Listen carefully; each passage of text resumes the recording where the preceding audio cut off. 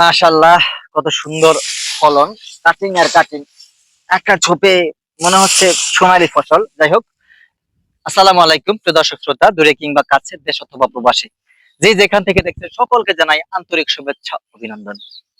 আমি এই যে রোদের বেলা, বর্ষার মৌসুমে ধান ক্ষেত দেখতে পাচ্ছেন, এই যে পানি, এই দেখেন পানি, এই কাদার ভিতরে, এই যে কাদা, এই যে কাদা দর্শক, দাঁড়িয়ে আপনাদের মাঝে কিছু সত্য কথা বলবো দর্শক। কষ্ট করে কেউ মিথ্যা কথা বলে আপনার নেকের পাল্লা, মানে গুনার পাল্লা ভারী করে না। সেক্ষেত্রে আমি তো সলিড সত্য কথাগুলো বলবো আমি এই ভিডিওতে, ধৈর্য সহকারে সবাই শুনবেন। আমাদের দেশে বর্তমানে খামার প্রতিষ্ঠা করে অনেক ভাই লস প্রজেক্ট গড়েছে, অনেক ভাই সফল হয়েছে। সেই ভাইরা আসলে তাড়াহুড়োর মাঝে থাকেন, না বুঝে না শুনে কাজ করে ফেলেন। পরে দেখে যে তাদের ভাবনা চিন্তা আর বাস্তবতা কখনোই মিলে না। কারণ কি, যে কোনো কাজ করার পূর্বে সেই কাজটা সম্পর্কে আবার রিসার্চ করতে হবে, তারপরে এই কাজটা করবেন। অন্তত পক্ষে ঝুঁকিগুলো আসবে আপনার সামনে, সেটা খুব সহজে মোকাবেলা করতে পারবেন। আপনি আপনার লক্ষ্যে 100% পৌঁছতে পারবেন, যদি আপনার সদ ইচ্ছা থাকে। দর্শক, আমি এই কথা কেন বলছি, অনেকেই খামার প্রতিষ্ঠা করেন কারণ প্রবাসী, বিশেষ করে আমার কাস্টমার সবচেয়ে বেশি প্রবাসী কাস্টমার। তারা কিন্তু টাকা ইনকাম করে, দিন শেষে চিন্তা করে যে আমি টাকাটা বাংলাদেশে কোথায় ইনভেস্ট করব। সেই ক্ষেত্রে তারা সবচাইতে ভালো একটা সন্ধান পায় খামার প্রতিষ্ঠায়। হ্যাঁ, আসলে এটা খুব টাকা প্রয়োজন হয় হয়তোবা, কিন্তু এটা অনেক ব্যবসা রয়েছে, মুনাফা রয়েছে, পুঁজি রয়েছে। অনেক ভাইরা বলেন, ভাই আমি তো অনেক সুন্দর করে খামার বানাইছি, ছাদ ঢালাই দিয়ে একেবারে ফ্রেশ কন্ডিশনে ঘর করছি। ভাই, আপনার ঘরে আপনাকে লাভবান করতে পারবে না। আপনি শুধু ফ্রেশ কন্ডিশনে গবাদি পশু পালন করে সব আটকায় রাখলেন আপনার দেওয়াল করা চার দেওয়ালের ভিতরে গরুমি, তাতে কি আপনার কখনো গরুর লাভ হবে? ওরা কি বোঝে? ওদের একটা সুন্দর পরিবেশ থাকলেই হয়, আর সামনে তাদের ভরপুর খাবার থাকতে হবে, রুচি সম্পন্ন।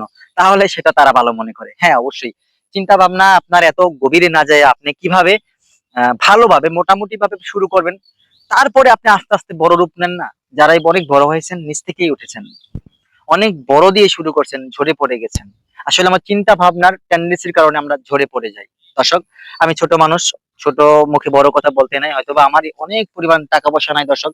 আমি প্রায় 5-7টা গরু পালন করি। আমি ছোট মানুষ, ছোট একটা খামার সুন্দরভাবে পরিচালনা করার চেষ্টা করি। আর পাশাপাশি সারা বাংলাদেশের খামারিদের জন্য কাটিং, হাই লেভেলের কাটিং প্রস্তুত করে সারা বাংলাদেশে মার্কেটে টিকে থাকার জন্য নাম্বার 1 কাটিংটাই আমি সিলেক্ট করতে থাকি, প্রস্তুত করতে চেষ্টা করি। কারণ সারা বাংলাদেশ 64 জেলার, যাতে আমি শরীয়তপুরের এই কাটিং উদ্যোক্তার কাটিংটা ভালো হতে হবে, একটু সস্তায় হতে হবে, ভালো মানের হতে হবে। সেই লক্ষ্যে আমি কিন্তু আমার জায়গা থেকে আপনাদের দোয়ায় ভালোবাসায় চেষ্টা করে আল্লাহর রহমত ভালোই আছি। সবার কাটিং নষ্ট হলে আমার কাটিং নষ্ট হয় না। আমার কাস্টমার সব সময় থাকে আপনাদের দোয়া ভালোবাসায়। দর্শক, আমি এবার নিয়ে আসলাম নতুন একটা জমিতে। দেখেন, এই জমিতেই আমার হয়তো বেশি দিন লাগবে না আমার জমিটা ফিনিশ করতে। তারপরও ফ্রেশ কাটিং এর জন্য আমি একটা বিজ্ঞাপন নিয়ে হাজির হয়েছি। যদি আপনি খামার করতে চান, খামারি ভাইরা বলতে চাই, খামার গড়তে চান নতুন করে, তাদের উদ্দেশ্যে বলতে চাই আপনাকে ঘাস চাষ করে নিতে হবে, তারপর চিন্তা করতে হবে খামার প্রতিষ্ঠা করবেন। দর্শক, শুধুমাত্র আমি একটা জাতের ঘাস চাষ করি না, আমার কাছে প্রায় 4 থেকে 5টা জাতের ঘাস রয়েছে। হয়তো আমি এই ভিডিওতে একটা দেখাচ্ছি, মুখে বলি অন্যগুলো। হ্যাঁ দর্শক, আমার অন্য ঘাসও আছে। আপনি চাইলে ইমো হোয়াটসঅ্যাপে অ্যাড করে দেখতে পারেন, আর কাটিং সংগ্রহ করতে পারবেন।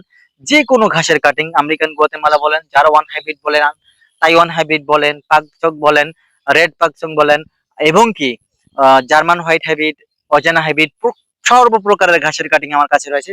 স্ক্রিনে দেওয়া নাম্বারে যোগাযোগ করে আপনি কাটিং সংগ্রহ করতে পারবেন। দর্শক, আমি আবারও বলি, টাকা পয়সা আর ভালো ঘর থাকলে খামার পরিচালনা করে আপনি সফল হবেন না। আপনার গবাদি পশুর জন্য মানসম্মত পুষ্টিগুণ সম্পন্ন পণ্য খাদ্য যোগান দিতে পারলেই আপনার খামার প্রতিষ্ঠা করে আপনি সহজভাবে এগোতে পারবেন। সেই জন্য কাঁচা ঘাসের কোনো বিকল্প নেই। যে ঘাসের নামগুলা বললাম, প্রতিটা জাতের এই ঘাসগুলা কাটিং থেকে উৎপন্ন হয়, কোন প্রকার বীজ থেকে উৎপন্ন করে সেই ঘাস খাওয়াই আপনি লাভবান হতে পারবেন না। বীজের ঘাস সম্পূর্ণ 3বার কাটা যায়, কাটিং থেকে উৎপন্ন ঘাস সব কমপক্ষে 7 বছর কাটতে পারবেন সিরিয়ালে।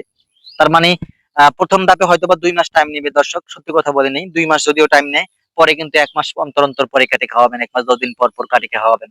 এটা হচ্ছে সত্য কথা। দর্শক, যদি কাটিং প্রয়োজন হয় তাহলে স্ক্রিনে দেন নাম্বারে যোগাযোগ করে কাটিং সংগ্রহ করবেন। ভালো মানের নাম্বার 1 কাটিং দর্শক, এই দেখেন ফ্রেশ কন্ডিশনের কাটিং আপনি চাইলে সংগ্রহ করতে পারেন। চোখগুলো দর্শক ভাষা ভাষা দেখেন, চোখগুলো কত সুন্দর ভাষা ভাষা। এই কাটিং কিন্তু আপনি অ্যাভেলেবেল পাবেন না, এই মুহূর্তে রয়েছে দেখেন পুরোটা জমি কিন্তু আমার এখন ফ্রেশ কন্ডিশন। কাটিং কিন্তু এই ওই পাশ থেকে মাত্র শুরু করেছি। এই প্রতিবেদন দেখে কাটিং যদি আপনি নিতে পারেন তাহলে আপনি 100% লাভবান হবেন, জিতবেন দর্শক। ফ্রেশ কন্ডিশনের কাটিং সংগ্রহে স্ক্রিনে দেওয়া নাম্বারে যোগাযোগ করবেন। সকলকে ধন্যবাদ।